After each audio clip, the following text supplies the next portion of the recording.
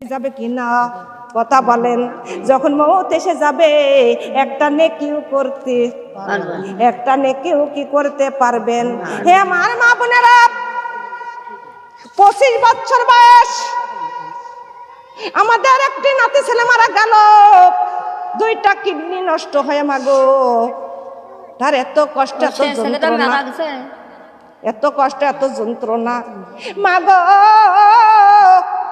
2 চোখের পানি ছেড়ে দিয়ে কান্দে আর বলে, আমার বয়স আজ 25 বছর, আর 25 বছরের মধ্যে আল্লাহর কাছে কি এত গুনাহ করেছি যে আমার এত কষ্ট মওতের। মাগো, আপনার আমার বয়স তো 50 হয়ে গেল, হয়নি? আপনাদের সবার বয়স 50 বছর হয়ে গেল, কিন্তু তাহলে আমরা কত গুনাহ করেছি আল্লাহর কাছে। কথা বলেন ঠিক না বেঠিক? এই আমার মা বোনেরা, গুনার কথা মনে করো, কিন্তু 25 বছর বয়সে ইন্তেকাল করেছে, মনে হয় না ওই সন্তান কারোর ধোকা দিছে, কারোর মনে কষ্ট দিছে, কিন্তু নামাজ এক ওয়াক্ত ছাড়তেন না। যুবক সন্তান কিন্তু মাটিতে ঘুমাইয়ে গেল। মা গো, সব সময় বলতো, মা তোমরা সবাই নামাজি হয়ে যাও। প্রতিবেশী গেলে বলতো তোমরা নামাজি হয়ে যাও, বোন সকলে বলতো নামাজি হয়ে যাও। কেননা আমি আর বয়স 25 বছর, আর আমি তো আল্লাহর ইবাদতে কাটাই রাত দিন। কিন্তু আমার যদি এত কষ্ট হতে পারে, বেনামাজির কি হবে মাগো? ও মা, মওতের হাত থেকে কারোর রেহাই নাই। আর কবরে গেলেই আমাদের হিসাব দিতে হবে আল্লাহর কাছে। কার কাছে? কথা বলেন। আল্লাহর কাছে আমাদের প্রত্যেকের জবান দোয়া লাগবে, লাগবে কিনা? মাগো, আমরা যদি দুনিয়ার মধ্যে আমরা যদি একটু ভাবি যে আমি বড় থেকে, কিন্তু আমি বড়, আমি অনেক গুনাহ করে ফেলেছি, না জানি আমি আমার ছোট বোন থেকে আমি অনেক গুনাহ করে ফেলেছি। আবার আমার যারা ছোট, আপনার যারা ছোট, তারা যদি মনে মনে বলে কিন্তু আমি ওর অনেক ছোট, কিন্তু না জানি ওর থেকে আমি কত আমলে কম করে ফেলেছি। কথা বলেন ঠিক না বেঠিক? ছোটগুলোর ভাবতে হবে ওর থেকে আমি ছোট, না জানি ওর থেকে আমি কত আমল কম করে ফেলেছি, আমার থেকে আমল উনি বেশি করেছে। আর যারা বড় মা বড়, তাদের মনে মনে ভাবতে হবে যে আমরা ওর থেকে বড়, না জানি আমরা কত গুনাহ করে ফেলেছি, ওর থেকে আমার গুনাহ মনে হয় অনেক বেশি হয়ে গেছে। এই রকম যদি আমরা মনে ভাবে, কারণ নিয়ে কি হিংসা হয়? কথা বলেন। কারণ নিয়ে কেউ হিংসা করতে পারে? দেমাক করতে, অহংকার করতে পারে কি? জোরে বলেন। মা গো, একদিন আল্লাহর নবী মুহাম্মদ সাল্লাল্লাহু আলাইহি ওয়াসাল্লাম রাস্তা দিয়ে যাইতে যাইতে দেখে একটা কবর, আর ওই কবরের মধ্যে ভীষণ আযাব। তারপরে দেখে ওই কবরের পাশে আর একটা কবর, তাই সেই কবরে ভীষণ আযাব। জোরে বলি নাউজুবিল্লাহ। আল্লাহর নবী সাহাবীগণ নিয়ে ওখানে দাঁড়িয়ে গেলেন। সাহাবীরা বলেন, ইয়া রাসূলুল্লাহ, ইয়া হাবিবাল্লাহ গো, এখানে আপনি দাঁড়িয়ে গেলেন কেন? আল্লাহর নবী ওখানে দাঁড়িয়ে 100 করে সূরা ইখলাস দুরূদ পড়ে, ওরা সূরা ফাতিহা পড়ে ওই দুধে কবরের বাসীকে বকশিয়ে দিলেন। জোরে বলে সুবহানাল্লাহ। ও আমার মা বোনেরা, সাহাবীরা বলেন, ইয়া রাসূলুল্লাহ, ইয়া হাবিবাল্লাহ গো, এই 2টা কবরে আপনি যে এই সূরা পড়ে, আপনি দুরূদ শরীফ পড়ে যে বকশিয়ে দিলেন, এই কবরবাসীকে কি হচ্ছে আপনি কি জানেন? আল্লাহর নবী বলেন, ও সাহাবীরা, আমার আল্লাহ যা জানে আল্লাহর রাসূলরা তা জানে না। আল্লাহর রাসূলরা তা যা জানে সাধারণ মানুষ তা জানে না। হে আমার সাহাবীরা, এই 2টা কবরে ভীষণ আযাব হইতেছিল, কিন্তু আর ওই সাহাবী বলে, ইয়া রাসূলুল্লাহ, ইয়া হাবিবাল্লাহ গো, এই 2টা কবরে আল্লাহ যত আযাব, কিসের জন্য, কি গুনাহ করেছে? আল্লাহর নবী বলতেছে, এ সাহাবীরা, এই কবরওয়ালা শুধু গীবত করে বেড়াইতো। কি করতো? জোরে বলেন। আমরা মনে করি গীবত করাটা গুনাহ না, কথা বলেন ঠিক না বেঠে? কিন্তু উনি হলে গীবত করতে এই বাড়ির কথা, আর এক বাড়ি ডাকাতো কুটলামি। এরকম লোক এই এলাকায় আছে। কথা বলেন, একটা কথা শুনলে আগে তাড়াতাড়ি করে যা বলে আসে, আরো নেতা বাদাইয়া দেয়। আছে কিনা এইরকম লোক? হে আমার মা বোনেরা, কিন্তু আর পেটের মধ্যে কথাটা হজমই হয় না। আছে কিনা কথা বলেন? কিন্তু তখনই ওই সাহাবেরা বললেন, ইয়া রাসূলুল্লাহ, তাহলে এই কবর আওলার কথা তো জানলাম, কিন্তু এই কবরে আওলার কিসের জন্য এত আযাব? আল্লাহ রাসূল বলতেছে, এই কবর আওলার এত আযাব, এই কবর আওলা পিশাব করে কোনোদিন পাকসাপ হইতো না। কিন্তু এমন লোক আছে কিনা? হে আমার মা বোনেরা, আমরা মনে করি এটা মনে হয় বেশি গুনার কাজ নাই, কিন্তু অনেক পিশাব করে পায়খানা করে কোনোদিন পরিষ্কার হতো না, তাই তার কবরে এত ভীষণ আযাব। জোরে বলি নাউজুবিল্লাহ। হে আমার মা বোনেরা, এমন গুনাহ থেকে আমাদের আল্লাহ তাআলা হেফাজত করুক। সবাই বলে আমিন। আমাদের স্বামীর শিক্ষা দেব কিনা? জোরে বলেন। যার স্বামীরা জানে না তাদের শিক্ষা দেওয়ার দরকার, যার সন্তানরা জানে না তাদেরকে শিক্ষা দেওয়ার দরকার নাই। কথা বলেন, শিক্ষা দিতে হবে। কেননা এক বাড়ির কথাই আর এক বাড়ি বলা কার হুকুম? কথা বলেন, আল্লাহর হুকুম। উম্মি জামিল কিন্তু উনি খালি কুটলামি করতো। কি করতো? জোরে বলেন, কুটলামি। কিন্তু আল্লাহ তাআলা বলেন, ফিজিদি হাবিলুম মিমাসাদ। উম্মি জালিম, পরে আমি তোমাদের সমস্ত মনের খবর আমার আল্লাহ জানে কিনা? উম্মি জালিম, উম্মি জামিল আল্লাহ রাসূলের প্রতি গীবত করত। কি করত? গীবত। আর বলতো দরকার হলে গলার গজমতি হারটা বিক্রি করে ওরে মুহাম্মাদের পিছনে লাগবো, তাও মুহাম্মাদকে ছাড়বো না। জোরে বলে নাউজুবিল্লাহ মিন জালিক। হে আমার মা বোনেরা, কিন্তু একদিন আল্লাহর নবীর পুত্র একটা মৃত্যুবরণ করলেন। মৃত্যুবরণ যখন করেছিলেন, কিন্তু একটা সন্তানের মারা কত মা বাবার আঘাত লাগে কিনা? তার ছিল হযরত কাসিম। কাসিম যখন মারা যায়, আমার নবী পুত্রের লাশটা সামনে করে নিয়ে কাঁদতেছিলেন। আর ওই কাফেররা সুযোগ পায় কিনা? সুযোগ পাইয়া নবীজির বাড়িতে চলে গেল। নবীজির বাড়িতে যাইয়া ওরে গান বাজনা আর নাচানাচি গাজামাত খাইতে লাগলো। জোরে বলি নাউজুবিল্লাহ। কাফের তো এইতে কাম, কাফেরদের এই কাম। কথা বলেন না কেন? হে আমার মা বোনেরা, যারা মুমিনা মুমিনাতা, কোনদিন বিবাহ মুসলমানে দিয়ে কোনদিন বক্স বাজাতে পারে, নাচানাচি করতে পারে? কথা বলেন। এর মধ্যে আমার নানু দেখে নাচতেছে না, আপনি এলাকায় নাই নাকি? কথা বলেন। দাদিও আবার কথা বলেন না কেন? হে আমার মা বোনেরা, কিন্তু এমনকি নাতিন সকল নাচে, আবার নতুন বউ আইলে তুই তো নাচ। কথা বলেন না কেন? কালকে আসে আপনার নাতি ছেলে বিয়ে করে তার বউকে আপনি হাত ধরে টানিয়ে নিয়ে মসজিদে বসাইয়া দেন। কথা বলেন না কেন?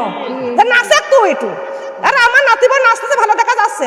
নাউজুবিল্লাহ মিন জালিম। হে আমার মা বোনেরা, কিন্তু এমন কাজ করবেন না, তওবা করে যান। কারণ আমরা বিয়ে মুসলমানি দিয়ে বক্স বাজাবো না, এবং আমাদের কারো সন্তান কারো নাচানাচি করতে দেব না। হে আমার মা বোনেরা, কিন্তু যখন নাচানাচি করতেছিল, এমনই সময় আল্লাহর নবীর সামনে যায় তারা থুতু নিক্ষেপ করতেছিল তার মুখে। জোরে জোরে বলে নাউজুবিল্লাহ। আল্লাহ তাআলা জানে কি জানে না? কথা বলেন। আল্লাহ বললেন, সরাসরি মুখে থুতু নিক্ষেপ করতেছিল আবু জাহেল, আবু লাহাব। কিন্তু তার সাহাবাগণ, তার নওয়াজ হওয়া সবাই যখন মুখে থুতু নিক্ষেপ করতেছিল, তখন আল্লাহ তাআলা বললেন, তাব্বাত ইয়াদা আবি লাহাবি ওয়া তাব মা আগনা আনহু মালুহু ওয়া মা কাসাব সায়াসনা নারং জাতালাহাবি ওয়া আমরাতুহু হাম্মালাতাল হাতাব ফি জিদিহা হাবলুম মিন মাসাদ। সূরাটার নাম কি? সূরাটার নাম সূরা লাহাব। সূরা লাহাব। কিন্তু তখন সূরাটা নাজিল হলেন, আল্লাহ বলেন তাব্বাত ইয়াদা আবি লাহাব ওয়া তাব। আল্লাহ বলতেছেন, ও আবু জাহেল তুই শিগগিরই ধ্বংস হয়ে যাবি। অভিশাপ কার? কথা বলেন। আল্লাহ বলতেছে, হে আবু জাহেল তুই শিগগিরই ধ্বংস হয়ে যাবি। যা কামাই করবি তোর কোনো কাজে লাগবে না। কথাটা কার? অভিশাপ তো সরাসরি করলো কে? কথা বলেন। ওই আবু জাহেলেরও কে সৃষ্টি করেছে? কথা বলেন। ফেরাউনের কে সৃষ্টি করেছে? আসিয়ার কে সৃষ্টি করেছে? আমার আল্লাহ নবীর কে সৃষ্টি করেছে? ধরে ধরে বলেন সুবহানাল্লাহ। হে দুনিয়ার মা বোনগো, কিন্তু তখন হে আল্লাহ তাআলা বললেন, হে আবু লাহাব, আবু জাহেল, আবু জাহেল রে, তোর কোনো ধন সম্পদ তোর কোনো কাজে লাগবে না। জোরে জোরে বলি নাউজুবিল্লাহ। হে আমার মা বোনেরা, 2 বছর পরে বদরের যুদ্ধ শুরু। কয় বছর? 2 বছর পরে বদরের যুদ্ধ যখন শুরু হলো, কিন্তু তখনই আবু লাহাব, আবু জাহেল ওরা সবাই তো এক দলের মানুষ। কথা বলে না কেন? কয় দলের? এক দলেরই মানুষ। কিন্তু আবু লাহাব, আবু জেহেল এসে বলে, ভাই আবু লাহাব রে, চলো বদরের যুদ্ধ শুরু হয়ে যাচ্ছে। যাই কার সঙ্গে যুদ্ধ? আল্লাহর নবীর সঙ্গে। কার সঙ্গে? হে আমার মা বোনেরা, কিন্তু তখন যুদ্ধ যখন শুরু হয়ে গেল, আবু লাহাবের ডাক দিল। আবু লাহাব বলে, ওরে আমি কিছু মানুষের টাকা দিয়ে ওখানে পাঠাইয়া দিব, আমি যাব না। কেন যাবে না? হে আমার মা বোনেরা, কেন যাবে না? কিন্তু ওই সময় যখন আমার নবীজির মুখে থুতু নিক্ষেপ করতেছিল, আমার আল্লাহ ডাক দিয়া বললেন, হে জিবরাইল, জান্নাত থেকে একটা বাঘ পাঠাইয়া দাও। আর ওই বাঘটা যাইয়া আবু লাহাবের সামনে থেকে, আবু লাহাবের একটা পুত্র ছিঁড়ে বাঘ খেয়েছিলেন। জোরে জোরে বলেন সুবহানাল্লাহ। বাঘটা পাঠায় দিলেন কে? আল্লাহ। কথা বলেন। সেই বাঘে ধরে খাইলো। কার খাইলো? আবু লাহাবের পুত্র। হে আমার মা বোনেরা, অনেক কথা এখানে। কিন্তু তখন এই বাঘ যখন ছিঁড়ে খাইলো, এই মৌতের ভয় আবু লাহাবেরও আছে কি না? আবু জাহেলেরও মৌতের ভয়, সবারই মৌতের ভয় আছে কি না? যতই বাহাদুরি করো, আল্লাহর কাছে কোনো বাহাদুরি চলবে? কথা বলেন। কোন জমিদার আল্লাহ তাআলা ওরে সেকেন্ডের মধ্যে আপনার বাহাদুরি একদম শেষ করতে পারে কিনা? ক্ষমতা আছে কিনা? আপনার মিনিটের মধ্যে আল্লাহ তাআলা আপনার সমস্ত দেহের শক্তি কেড়ে নিতে পারে কিনা? আপনার হাতের শক্তি, পায়ের শক্তি কেড়ে নিতে পারে, চোখের দৃষ্টি কেড়ে নিতে, আহার বন্ধ করে দিতে পারে কে? কত ক্ষমতাটা কার? হে আমার মাবুদ, সেই আল্লাহর ইবাদত করার দরকার আছে কিনা? কথা বলেন। হে আমার মা বোনেরা, কিন্তু আবু লাহাব গেল না। কিছু মানুষ, কথা বলে না, কিছু মানুষ কিন্তু পাঠাইয়া দিল, আবু লাহাব গেলেন না। কিন্তু এই দিকে আবু লাহাবের প্রচন্ড জ্বর। কি হলো? জ্বর। প্রচন্ড জ্বরে কাতরাচ্ছে। আর নেতা গুজার যদি জ্বর জারি হয়, কিন্তু তার বাড়িতে ডাক্তারের অভাব থাকে কি? জোরে বলেন। কিন্তু টাকার সাথে শাক নাই। রাত গভীর হইলেও নেতার বাড়ি ওই ডাক্তার আসে কিনা? কথা বলে না, কাইতে টাকান। হে আমার মা বোনেরা, কিন্তু একটা সাধারণ মানুষ যদি মৃত্যুর পথেও চলে যায়, ডাক্তারের ফোন করতে করতে তাও ডাক্তার ওরে বাড়িতে যাইয়া দরজাটা ঢাকাবেন, ওরে তাও ডাক্তার দরজা খোলে না। এমন আছে কি আছে না? এ আমার মা বোনেরা, হাজার হাজার ডাক্তার সবই তো ট্রিটমেন্ট দিতেছে, কোনো ডাক্তারের ট্রিটমেন্টই আবুল আহাবের কোনো কাজেই আসে না। কিন্তু একদিন, 2 দিন, 3 দিন গত হয়ে গেল, কেমনে রোগটা বেশি, জ্বর আরো দিন যাইতেছে, আরো বেড়ে যাচ্ছে। জ্বরের মালিক কে? আল্লাহ। কথা বলেন, জ্বরের মালিক আমার আল্লাহ। কিন্তু এমন জ্বর, যখনই আবুল আহাবের পুত্ররা ডক্টরকে বলে, ডক্টর আমার বাবার কেন জ্বর পড়ে না, দিন যাইতেছে দিন, আর জ্বরটা তো বেড়েই যাচ্ছে, কেমন ওষুধ দিতেছেন? ওই ডাক্তাররা আর এক ডক্টরের কাছে বলে, কানে কানে বলতেছে ঘাসাঘুষি করে। তখনই আবুল আহাবের পুত্র বলে, আপনারা কি আস্তে আস্তে বলেন, আমার কাছে সরাসরি বলে দেন। তখনই ডক্টররা বলে, তোমার বাবার এমন জ্বর, এমন রোগ আমার আল্লাহ দিয়েছে, এই তোমার বাবার যে ছুবে তারই সেই রোগটা হয়ে যাবে। জোরে বলে নাউজুবিল্লাহ। কি হলো?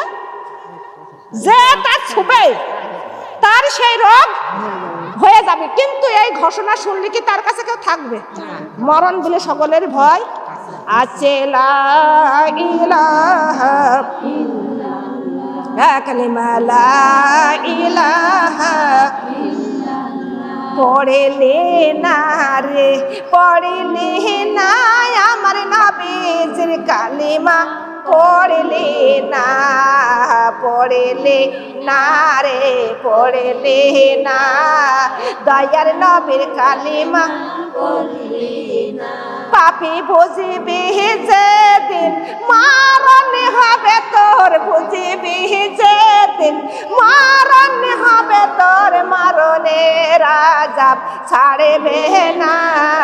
লা ইলাহা ইল্লাল্লাহ।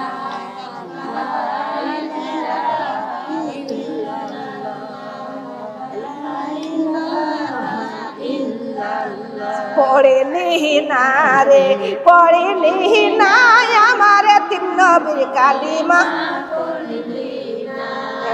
পড়লি না রে, পড়লি না আমার তিন নবীর কালিমা, পাপি বুঝিবি যেদিন কবরে যাবি, বুঝিবি যেদিন কবরে যাবি, সুয়ালের জবাব দিতে পারবি না।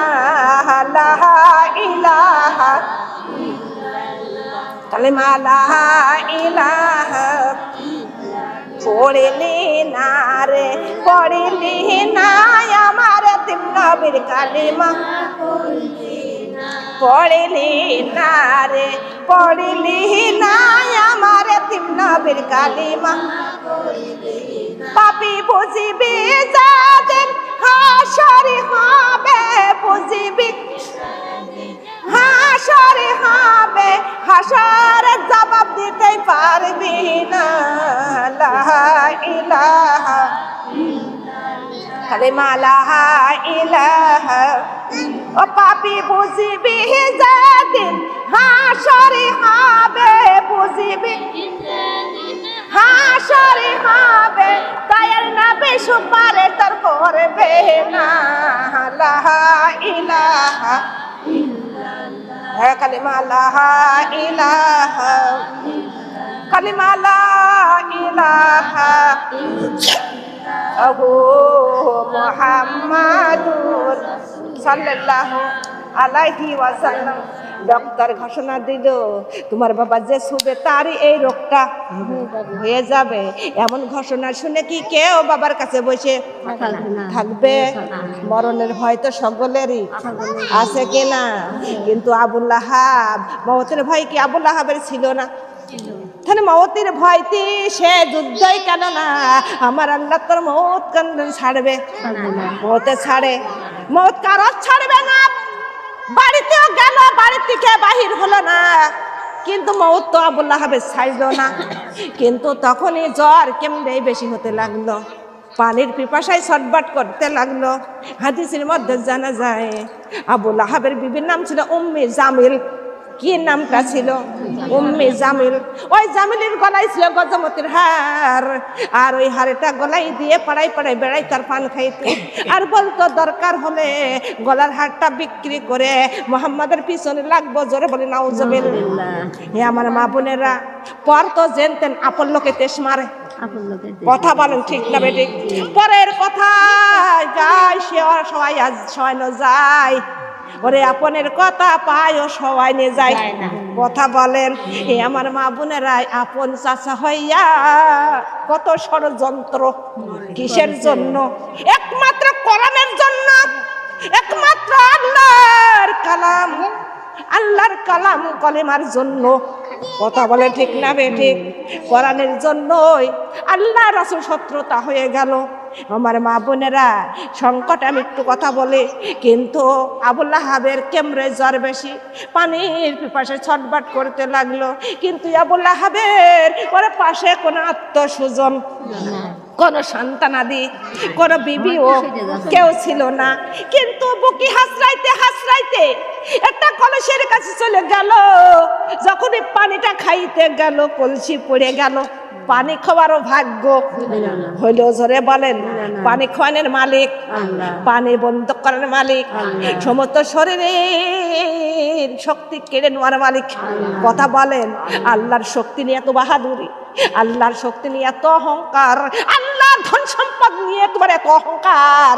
ও মা গো, তোমার ওই অহংকার, তোমার ওই ডেমাক আল্লাহ তাআলা সেকেন্ডের মধ্যে ভেঙে দিতে পারে কিনা? ক্ষমতা আছে কিনা? আল্লাহ বলেন ওয়াল্লাহু আলা কুল্লি শাইইন কাদির। আল্লাহ হলেন সারা জাহানের উপরে পূর্ণ ক্ষমতাবান এবং শক্তিবান। আল্লাহ সাথে শক্তিশালী ক্ষমতা কারোর আছে? মা গো, পানি খাওয়ার ভাগ্য আবু লাহাবের হলো না। ওরে আবু লাহাবের কাছে যখন মৃত্যুবরণ করলো, আবু লাহাবের পাশেও কেউ ছিল না। তাই আবু লাহাব ছটফট করতে করতে তখন তিনি মৃত্যুবরণ করলো। মৃত্যুবরণ যখন করলো, ওরে কেউ তার লাশটা দাফন করতো, গোপন করতেও যায় না। কিসের ভয়ে?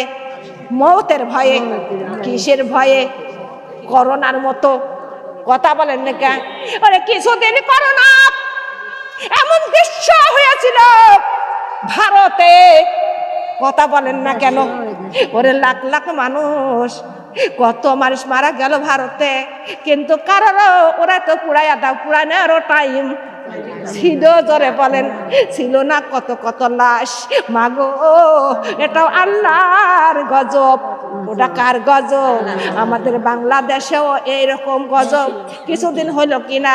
হে আমার মা বোনেরা, স্বামীকে স্ত্রী চেনে না। স্ত্রী যদি করানো হতো মাগো, তার স্বামীও পালাইয়া যেত, সন্তানও পালাইয়া যায় মার কাছে, বাবার কাছে যায় না। ওরে সন্তানের যদি হতো, সন্তানের কাছে মাও যায় না। এমন দৃশ্য নেটের মধ্যে দেখেছি।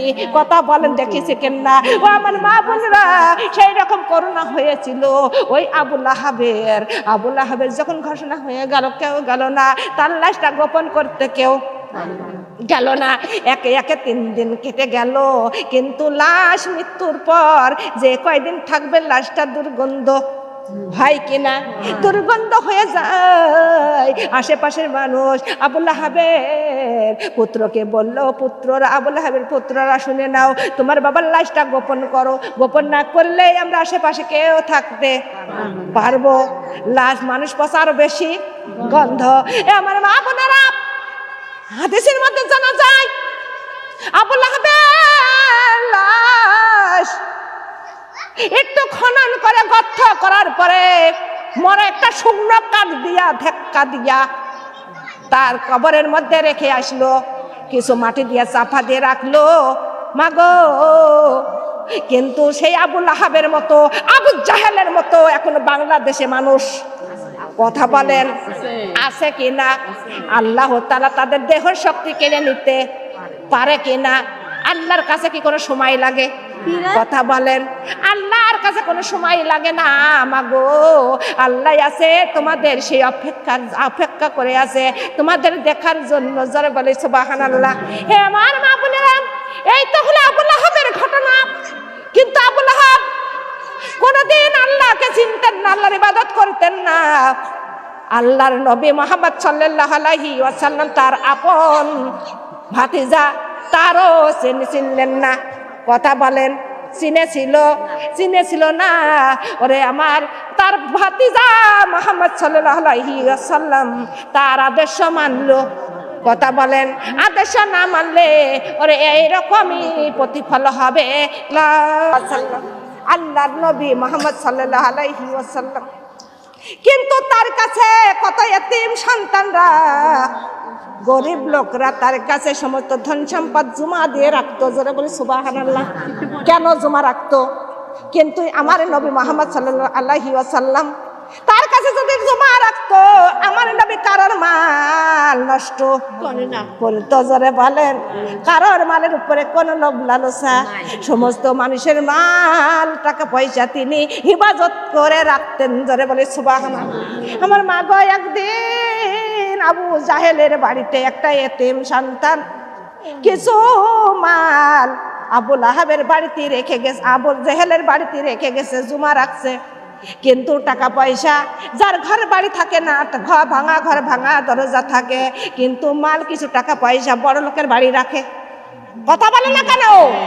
যে আপনার কাছে আমি রাখতেছি, আপনার ঘর দর ভালো আছে না, আমার বাড়ি তুলে হয়তো কেউ নিয়ে যেতে পারে চুরি করে। কথা বলেন, তাই বড় লোকের কাছে রাখা হয়। সেই বড় লোকরা যদি বিশ্বাসঘাতক করে, বিশ্বাসঘাতক ছিলেন আবু জাহেল। জোরে জোরে বলে নাউজুবিল্লাহ। ও আমার মা বোনেরা, এমন সময় ওই এতিম সন্তান একটু যোগ্যমান হয়ে গেছে। তখন আবু জাহেলের বাড়ি যা বলতেছে, আমার মার যে ধন সম্পদ টাকা পয়সা আপনার কাছে রেখে গেছিলেন, সেই টাকা পয়সা গুলো আজ আমার ফেরত দেন, আমি ঘর বাড়ি করব, আমি সেই মাল দিয়ে কিছু ব্যবসা বাণিজ্য করে খাবো। জোরে বলে সুবহানাল্লাহ। আবু লাহাব ঘাড়ের পর ধাক্কা দিয়ে ফেলে দিলেন। কি বললো, কি করলো? ওই এতিম সন্তানের ঘাড়ে ধাক্কা দিয়ে তিনি ফেলে দিলেন। আর বলতেছেন, আমার কি ধন সম্পদ কম আছে, কিন্তু তোর আমি ধন সম্পদ টাকা পয়সা কি করব? কিন্তু বিশ্বাসঘাতকরা তো এই কথাই বলে। কথা বলে না কেন? বিশ্বাসঘাতকরা কি বলে? এই কথাই বলে। এইরকম বিশ্বাসঘাতক কি আমাদের বাংলাদেশে নাই? কথা বলেন, একজনের কাছে যদি কিছু সোনা দানা যদি জিম্মা রেখে যায়, কিন্তু সে আর দেয় না। কথা বলেন, একটা মোটর সাইকেল যদি একজনের বাড়ি রাখা হয়, কিন্তু আর সে দেয় না। এমন বিশ্বাসঘাতক আমাদের বাংলাদেশে ভরি ভরি আছে, অভাব নাই। কথা বলেন, অভাব আছে, অভাব নাই। আমার মা বোনেরা, কিন্তু এমন সময় আমার আল্লাহর নবী যাইতেছে, রাস্তা ধরে যাইতে দেখে রে ওই তিন সন্তানটা পথের ধারে বসে কাঁদতেছেন।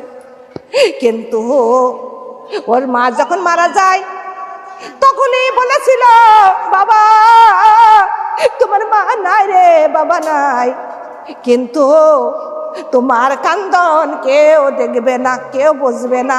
কিন্তু এই মদিনাতে একটা লোক আছে, তার নাম হলেন আলামিন। সেই লোকটা তোমার কান্না বুঝবে, তোমার কাছে আসবে, কিন্তু তাছাড়া তোমার কাছে এমন কোন লোক আসবে না। জোরে জোরে বলি সুবহানাল্লাহ। কিন্তু তখন কত লোক চলে যায় না। আমার নবী এতিম সন্তানের কাছে গেলেন, যে মাথায় হাত বলাইয়া দিলেন, দিয়ে বলতেছে, বাবা তোমার কি হয়েছে? সোনামণি তোমার কি হয়েছে? কাঁদছো কেন? বলতেছে, আপনি কে? আপনার পরিচয়টা কি? আজকে এখন আমি 2 ঘন্টা পথে চললো, পথের ধারে বসে বসে কাঁদতেছি। আমার কান্দন কেউ শোনে না, আমার কাছে কেউ আসে না, আমার কেউ মাথায় গায়ে হাত দেয় না। আপনার নামটা কি? আপনি আমাকে বলেন। আমার নবী তুই চোখের পানি ছেড়ে দিয়ে বলে, ওরে আমার নামই হলো আলামিন। তখন আমার নবী বলেন, হ্যাঁ জবাব তুমি এই কথা কেন জিগাইলে, আমার নাম কেন জিগাইলে? বলতেছে, হে নবী গো, আপনার কথাই আমার মা মৃত্যুর সময় বলেছিল যে তুমি যতই কান্না কাটো করো বাবা, দুনিয়ার মধ্যে তোমার কান্না কেউ বুঝবে না, আসবে না, কিন্তু একটা লোক আছে তার নাম হলো আলামিন, আর তোমার কাছে আসবে, সে তোমার মাথায় হাত বুলাবে। যখনই আপনি আমার মাথায় হাত বুলাইছেন গো নবী, আমার মার কথাটাই আমার মনে জাগরন্ত হয়ে গেছে যে আমার মা বলেছিল তো, সেই মনে হয় আপনি। কিন্তু আপনি এত দয়ার মানুষ, এত মায়ার মানুষ। জোরে বলে সুবহানাল্লাহ। বলতেছে তোমার কি হয়েছে, তুমি কাঁদছো কেন বলো? সন্তানরা বলতেছেন, হুজুর আমার মার মৃত্যুর সময় কিছু টাকা পয়সা, সোনার মোহর কিন্তু এই আবু জেহেলের বাড়িতে রেখে গেছিলেন।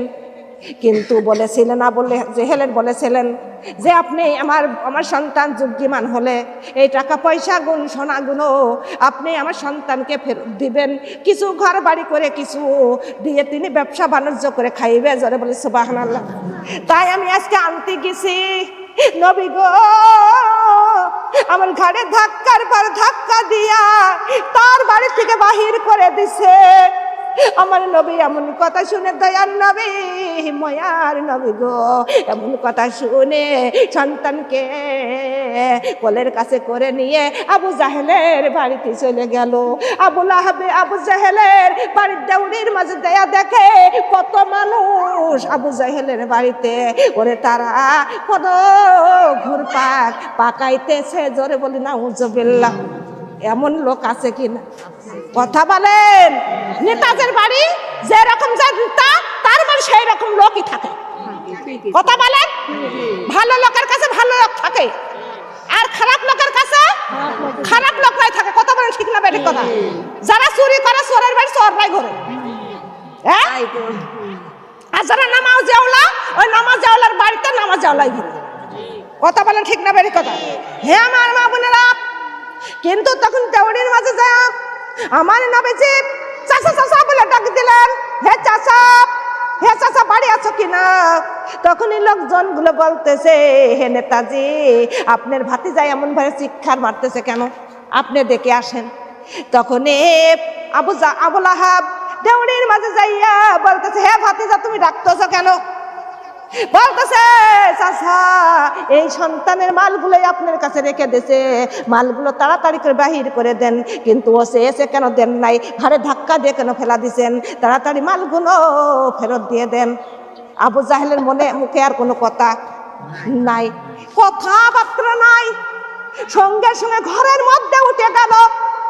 ঘরের মধ্যে উঠে যায় ওই এতিমের মালগুলো নিয়ে পুটলি বেঁধে নিয়ে এসে আমার এতিম নবী, আমার বিশ্ব নবী মুহাম্মদ সাল্লাল্লাহু আলাইহি ওয়াসাল্লাম তার হাতে নিকটার হাতে পৌঁছায়া দিলেন। জোরে জোরে বলে সুবহানাল্লাহ। আর লোকজনগুলো বলতেছে, নবী গো, লোকজনগুলো বলতেছে, নেতাজি আপনি কি পাগল হয়েছেন? ধন সম্পদগুলো কেন আপনি দিয়ে দিলেন? আপনি যদি না দিতেন, আমাদের হুকুম যদি করতেন, মুহাম্মদ একাই এসেছিল আপনার দেউড়ির মাঝে, এই তরবারির আঘাত দিয়ে এখানে তার হত্যা করে দিতাম, কিন্তু আমাদের ধর্মে কোনো বাধাই আসতো না। এখানে তার আমরা হত্যা করে দিতাম, কিন্তু আপনি কেন মালগুলো তার হাতে পৌঁছে দিলেন? কারা বলতেছে? তার সঙ্গের লোকরা। আবু জাহেল বলতেছে, হে আমার সাথীরা তোমরা থামো, কিন্তু আমি যদি 1 মিনিট, কয় মিনিট, 1 মিনিট যদি দেরি করতাম, ওরে আমার ঘাড়ের মাথায় আর থাকতো না। লোকজন বলতেছে, সাথীগণ বলতেছে, হে নেতাজি আপনি কি বলতেছেন বুঝি না। আবু জাহেল বলতেছে কেন বোঝো না? কিন্তু যখন আবু জাহেল বলতেছে, যখন মুহাম্মাদের কাছে গেলাম, মুহাম্মাদের চোখের উপরে যখন চোখ রাখলাম আর ঘাড়ের উপরে দেখি অসংখ্য মানুষ তরবারি হাতে করে করে দাঁড়িয়ে আছে। সুবহানাল্লাহ বলেন না কেন? শুধু তাই নয়, শুধু তাই নয়, আরো দেখতে পারেছি মুহাম্মাদের পিছনে অসংখ্য বাঘ হুঙ্কার ছেড়ে দাঁড়িয়ে আছে।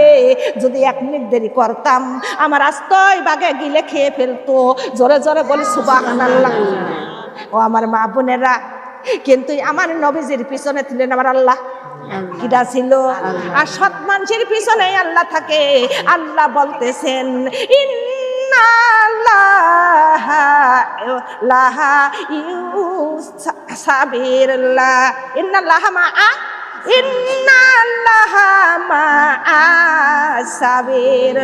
এ দুনিয়ার মাগবুনরা, কিন্তু আল্লাহ বলতেছেন ও বান্দারা তোমরা ধৈর্য ধরো, আর ধৈর্য ধরার সঙ্গে আমার আল্লাহ কি আছে? মা আছে। তাই আল্লাহ বলতেছে ইন্নাল্লাহা মাআ সাবিরিন। আল্লাহ বলতেছেন ও বান্দারা তোমরা ধৈর্য ধরো। কি ধরো? ধৈর্য ধরো। আর ধৈর্য ধরার সঙ্গে আমার মহান আল্লাহ আছেন। জোরে বলে সুবহানাল্লাহ। কিন্তু ধৈর্য ধরতে হবে, যতই গজব আসুক না কেন, যতই বাধা আসুক না কেন, ধৈর্য ধরতে হবে। কথা বলেন? যতই আপনার উপরে বালা মুসিবত আসুক তাও ধৈর্য ধারণ করতে হবে। যতই আপনার উপরে অত্যাচার আসুক না কেন তাও ধৈর্য ধরতে হবে। কেননা ধৈর্য ধরার সঙ্গে আমার আল্লাহ আছে। আমার আল্লাহ বারবার কোরআনের মধ্যে বলেছে ইন্নাল্লাহা মাআস সাবিরিন। ও বান্দারা, যতই গজব আসুক, যতই তোমাদের বালা মুসিবত আসুক, যতই তোমাদের ঝড় তাপন আসুক, তোমরা ধৈর্য ধারণ করো। আর ধৈর্য ধারণের সঙ্গে আমার মাওলা নিজেই আছে। জোরে বলে সুবহানাল্লাহ। আর যার সঙ্গে আমার আল্লাহ আছে তার কোনো চিন্তা, তার কোনো আর ভাবনা, তার আর কোনো টেনশন নাই। জোরে জোরে বলি সুবহানাল্লাহ। মাগো, আমরা এখান থেকে কিছু জানতে পারলাম। কেন আমরা যতই আমাদের বালা মুসিবত আসুক না কেন আমরা ধৈর্য ধরবো। কি ধরবো? জোরে বলেন। ধৈর্য ধরবো। আমরা কারোর কুটলামি করবো, কারোর গীবত করবো না। কিন্তু কুটলামি আল্লাহ তারা পছন্দ করে। জোরে বলেন।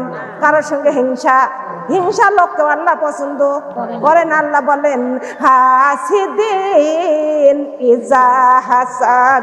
ওরা হলো হিংসুক। কারা হিংসুক ছিল? আবু লাহাব, আবু জাহেল, ওর পরিবার পরিসহ জেনে যাও যারা ছিল সবই ছিল হিংসুক। কার সঙ্গে করে হিংসুক? কার সঙ্গে করতো? কথা বলেন। কার সঙ্গে হিংসুক করতো? হিংসুক করতো আমাদের নবীর সঙ্গে। যারা বলি নাউজুবিল্লাহ। হে আমার মা বোনেরা, তাই আমরা হিংসুক থেকে আমরা বাঁচবো।